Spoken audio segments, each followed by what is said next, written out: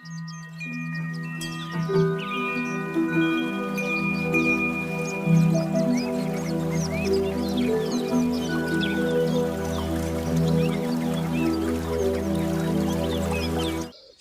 की साढ़े साती भारतीय ज्योतिष के अनुसार नवग्रहों में से एक ग्रह शनिदेव होते हैं।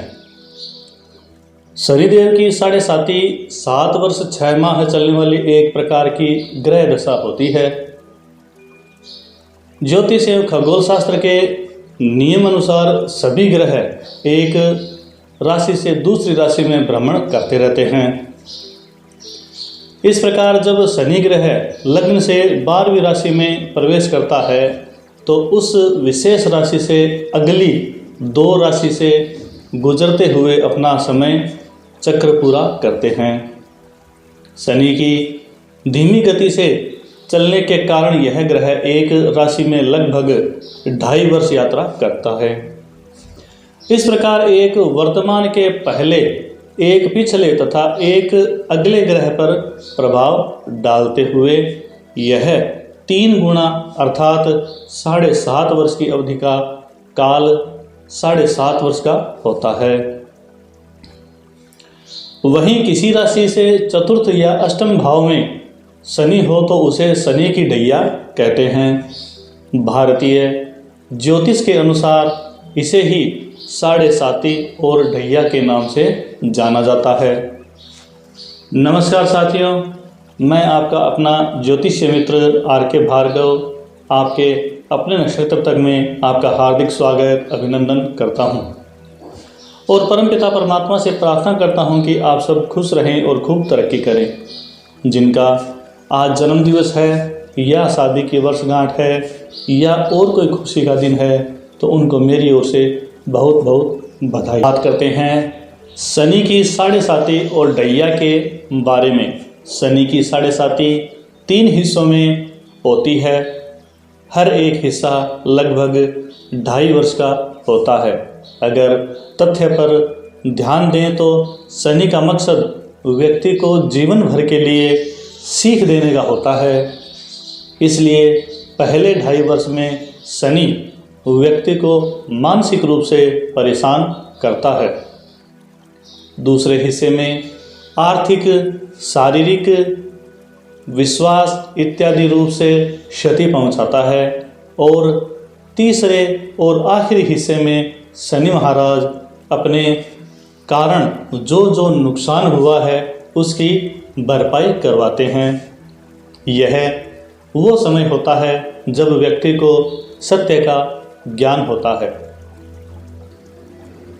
ओम पिपलेश्वराय नमः शिवाय।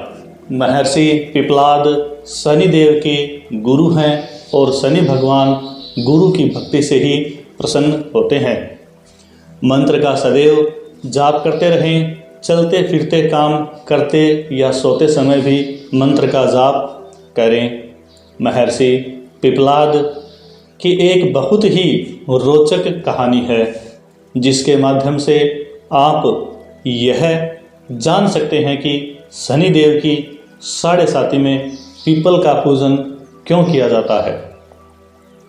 क्योंकि महर्षि पिपलाद जब बचपन में शनिदेव की साढ़े साती लग गई थी तब उनके पूरे परिवार का समूल नाश हो गया था, पर महर्षि पिपलाद बच गए थे और उन्होंने यह दृढ़ निश्चय कर लिया था कि मैं भगवान शनि को इसका सबक जरूर सिखाऊंगा। पिपलाद का शब्दार्थ पीपल के फल खाकर जीने वाला होता है। महर्षि पिपलाद दधीची ऋषि के पुत्र थे। महर्षि दधीची की मृत्यु के समय उनकी पत्नी प्रातिथेयी गर्भवती थी। अपने पति की मृत्यु का समाचार सुनकर उसने जो गर्भ धारण कर रखा था उसे अपने गर्भ से अपनी योग माया से बाहर निकाला तथा उसे पीपल के वृक्ष के नीचे रखकर दधीची के शव के साथ सती हो गई थी। उस गर्भ की रक्षा पीपल के वृक्ष ने की तथा पीपल के फल को खाकर जिंदा रहा। इस कारण इस बालक को पिपलाद नाम प्राप्त हुआ। पशु पक्षियों ने इसकी रक्षा की तथा ऋषि सोम ने इसे सारी विद्याओं में पारंगत किया। बाल्यकाल में मिले हुए कष्टों का कारण शनि को मानकर इन्होंने उसे नीचे गिराया और शनि भगवान के पैरों में चोट लग गई। इससे त्रस्त होकर शनि इनकी शरण में आए। इन्होंने शनि ग्रह को इस शर्त पर छोड़ा कि वह 12 वर्ष से कम आयु वाले बालकों को कष्ट नहीं देंगे। इसलिए आज भी शनि की पीड़ा से छुटकारा पाने के लिए पिपलाद ऋषि और पीपल की पूजा की जाती है। शनि की साढ़े साती, पनौती, ढैया एवं प्रकोप व कष्ट से कैसे बचें? शनिवार को सुबह सूर्योदय से पहले यानी प्रातः 4 से 5 बजे के बीच किसी जोशी या शनि महाराज के पुजारी को छाया पात्र दान करें। छाया पात्र का सामान कांसे या मिट्टी का पात्र में तेल भरकर एक अमृतम रख के तेल का दीपक जलाकर उसमें अपना चेहरा देखकर जोशी को प्रदान करें। साथ में घर का बना हुआ उड़द की दाल का बना हुआ मंगोड़ी, दही बड़े एवं तिल के लड्डू, काला वस्त्र, छतरी, जूते, शहद या मधु, पंचामृत तथा इमरती आदि साथ में दान करें। यह सब प्रक्रिया मुख्य दरवाजे पर खड़े होकर करना चाहिए। तत्पश्चात स्नान करके घर के मंदिर में देसी घी के दीपक जलाएं। शनि का प्रकोप शांत होने लग जाए तो 7 दिन में यदि 40% राहत महसूस करें तो यह छाया पात्र 7 बार दान करें और शनि मंदिर में दर्शन जरूर करें तथा भगवान शिव के दर्शन जरूर करें, क्योंकि भगवान शनि के गुरु हैं। तथा बजरंगबली के दर्शन जरूर करें, क्योंकि वह शनि के गुरु भाई हैं। इससे शनि के प्रकोप कम होने की बहुत ज़्यादा संभावना रहती है। अगर शनिदेव आपके नीच स्थान में बैठे हैं और आपको कष्टप्रद शनि की साढ़े साती या ढैया चल रही है तो आप अपने उम्र के अनुसार शनि मंदिर में दीप प्रज्वलित कर सकते हैं। यानी आप अगर 30 वर्ष के हैं तो आपको 30 दीपक जलाने चाहिए और भगवान शनि से क्षमा याचना जरूर करें। और एक बात जरूर ध्यान रखें कि शनि मंदिर में जाएं तब शनि देव की मूर्ति की नज़र से नज़र नहीं मिलाकर खड़े हों और ना ही बैठें। इसका अर्थ यह नहीं है कि आप मंदिर में नहीं जाएं। वहाँ पर अगर आपको पूजा पाठ आराधना करनी है तो आप मूर्ति से 45 डिग्री की दूरी पर आप बैठ सकते हैं और आप अपनी मनोकामना जाहिर कर सकते हैं। शिव की उपासना करने वालों को इससे राहत मिलती है। अतः नियमित रूप से शिवलिंग की पूजा आराधना करनी चाहिए। पीपल वृक्ष शिव का रूप माना जाता है। वैसे इसमें सभी देवताओं का वास माना गया है। अतः पीपल को अर्घ देने से शनिदेव प्रसन्न होते हैं। अनुराधा नक्षत्र में अमावस्या हो और शनिवार का योग हो, उस दिन तेल तिल सहित विधि पूर्वक वृक्ष की पूजा करने से शनि की साढ़े साती से दोष मुक्त होता है। शनिदेव की प्रसन्नता हेतु शनि स्तोत्र का पाठ नियमित पाठ करना चाहिए। इसके अलावा हनुमान जी को भी रुद्रावतार माना जाता है। उनकी आराधना भी इसके निवारण हेतु फलदायी होता है। मान्यता अनुसार नाव के तले में लगी कील और काले घोड़े की नाल भी इसमें सार्थक उपाय होता है। इसकी अंगूठी बनवाकर धारण कर सकते हैं।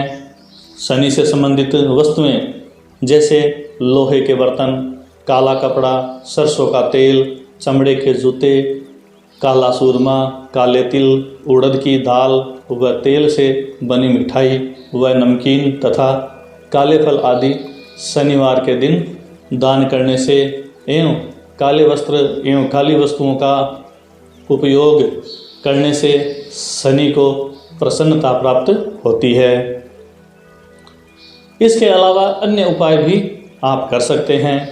शनि की दशा से बचने हेतु योग्य पंडित से महामृत्युंजय मंत्र द्वारा शिव का अभिषेक करवाएं तो भी शनि के प्रकोप से मुक्ति मिलना संभव हो सकता है। जन्म कुंडली में चंद्रमा की स्थिति का आकलन करने के साथ ही शनि की स्थिति का आकलन भी आवश्यक होता है। अगर लग्न वृषभ, मिथुन, कर्क, तुला, मकर, कुंभ है तो शनि हानि नहीं पहुंचाते हैं, वरन उनसे लाभ व सहयोग मिलता है। यदि लग्न कुंडली व चंद्र कुंडली दोनों में शुभ कारक हैं तो किसी भी तरह से शनि कष्टकारी नहीं होता है। कुंडली में स्थित यदि इसके विपरीत है तो साढ़े साती के समय काफ़ी समस्या और एक के बाद एक कठिनाइयों का सामना करना पड़ सकता है। यदि चंद्र राशि व लग्न कुंडली उपरोक्त दोनों प्रकार से मेल नहीं खाते हैं तो एक में शुभ हो और एक दूसरे में अशुभ तो साढ़े साती के समय मिला जुला प्रभाव मिलेगा। आइए अब बात करते हैं कौन कौन सी राशि में शनिदेव की साढ़े साती व ढैया का क्या प्रभाव रहेगा। दिनांक 23 अप्रैल 2022 को मीन राशि को साढ़े साती शुरू होगी।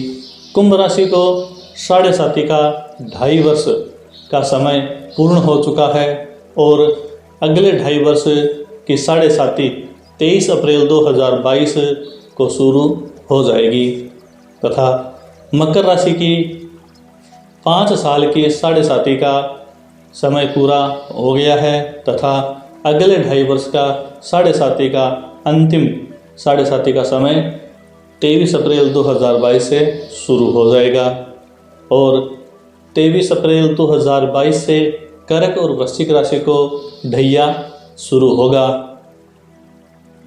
बात करते हैं कर्क राशि के बारे में। आपकी राशि में चतुर्थ केतु के भ्रमण से आपको सामान्य लाभ की प्राप्ति होगी। अगर आप राजकीय सेवा में हैं तो किसी से भी रिश्वत लेने की भूल ना करें, अन्यथा जेल जाना पड़ सकता है तथा लॉटरी सट्टा बिल्कुल भी ना खेलें क्योंकि अष्टम भाव में गोचर से आपको हानि हो सकती है। इस समय आप तीर्थ यात्रा का मानस बना सकते हैं। राहु सूर्य के 10वें भाव में गोचर से आपके पिता को हृदयघात हो सकता है और आपके मान सम्मान में कमी आ सकती है। आपकी राशि में बुध के 11वें भाव में परिभ्रमण करने से आपके गले में, दाएं हाथ में, दाएं कंधे में आपको परेशानी हो सकती है। बात करते हैं वृश्चिक राशि के बारे में। वृश्चिक राशि के जातकों के लिए मंगल शनि की युति चतुर्थ भाव में परिभ्रमण करने से आपके माता व ससुर के ऊपर संकट आ सकता है। पशुपालक व किसान को भी नुकसान हो सकता है। मानसिक रूप से परेशान भी हो सकते हैं तथा सुख संपत्ति में भी कमी आ सकती है। संतान सुख का योग बन रहा है। अष्टम भाव में राहु सूर्य की युति से आपका पेट दर्द तथा दायां पांव में चोट लगने की संभावना बन रही है। मामा, मामी या मौसी या ननिहाल पक्ष वालों से मुलाकात हो सकती है। सप्तम भाव में बुध के गोचर से आपको वैवाहिक जीवन का सुख प्राप्त होगा। अगर कहीं चाचा चाची से अनबन चल रही है तो उनसे भी सुलह हो सकती है। बात करते हैं मकर राशि के बारे में।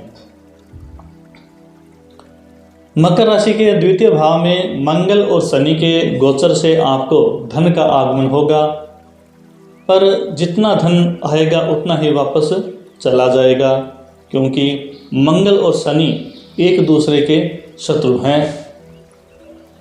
तीसरे भाव में गुरु शुक्र के गोचर से आपको पुराने मित्रों से मुलाकात का मौका मिल सकता है।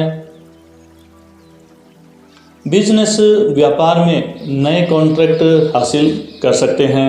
चतुर्थ भाव में राहु सूर्य की युति से पशुपालकों को बड़ा ही अच्छा लाभ प्राप्त हो सकता है तथा कृषि में लाभ मिलेगा। विद्यार्थियों के लिए यह समय बहुत ही अच्छा रहेगा। यहाँ पर पढ़ाई के लिए कहीं विदेश यात्रा भी कर सकते हैं। मानसिक रूप से आप बहुत ही दृढ़ निश्चयी रहेंगे। आपकी राशि में पंचम भाव में बुध के गोचर से संतान पक्ष की ओर से खुशखबरी मिल सकती है तथा लॉटरी सट्टे में आपको लाभ प्राप्त हो सकता है। दसम भाव में केतु के गोचर से राजकीय कार्यों में उच्च पद की प्राप्ति हो सकती है। बात करते हैं कुंभ राशि के बारे में। कुंभ राशि में मंगल और शनि के प्रथम भाव में गोचर से आपके शरीर में ताजगी व स्फूर्ति रहेगी। आपको हर प्रकार से सुख संपत्ति का लाभ होगा। द्वितीय भाव में गुरु शुक्र की युति से आपको कुटुंब परिवार में मान सम्मान प्राप्त होगा तथा मन वचन और वाणी से आप अपने परिवार और कुटुंब पर अपनी छाप बनाएंगे और धन प्राप्ति के योग भी प्रबल रूप से बन रहे हैं। तृतीय भाव में राहु सूर्य की युति होने से भाई बहनों का प्यार बढ़ेगा। उद्योग व्यापार में तरक्की होगी। माता पिता के अगर कोई बीमारी है तो उनसे निजात मिलेगी। चतुर्थ भाव में बुध के आपको जमीन जायदाद में भी अच्छा लाभ प्राप्त होगा। नवम भाव में केतु से आपके मन में उदारता आएगी तथा दान पुण्य भी आप कर सकते हैं, जिससे आपके मन में शांति का आभास महसूस होगा। बात करते हैं मीन राशि के बारे में। कैसी रहेगी मीन राशि? गुरु शुक्र की युति से और प्रथम भाव में भ्रमण करने से मीन राशि वाले जातक को मान प्रतिष्ठा में बढ़ोतरी होगी तथा द्वितीय भाव में राहु सूर्य के परिभ्रमण करने से दाईं आंख, नाक तथा वाणी और कंठ में दिक्कत हो सकती है। धन खर्च की अधिकता रहेगी। तृतीय भाव में बुध के परिभ्रमण से भाई बहनों के बीच तकरार हो सकती है तथा व्यापार में हानि हो सकती है, क्योंकि आपको समझ में नहीं आएगा क्या करें क्या ना करें। इस वजह से आप अपने विवेक को काम में नहीं ले पाएंगे। अष्टम भाव में केतु होने के कारण आपको रिश्वतखोरी के मामले में पकड़े जा सकते हैं तथा कोर्ट कचहरी के मामले में पड़ सकते हैं। द्वादश भाव में मंगल शनि की युति होने से अगर कोर्ट कचहरी के मामले चल रहे हैं तो उनसे निपटारा मिलेगा। परिवार से संबंधित बीमारी होने से परेशान हो सकते हैं। आज के लिए बस इतना ही। कल एक नए टॉपिक के साथ मिलते हैं। अगर हमारी मेहनत आपको पसंद आ रही है तो हमारे चैनल को लाइक, शेयर व सब्सक्राइब ज़रूर करें। जय श्री राम, जय श्री बालाजी, जय श्री महावीर। धन्यवाद।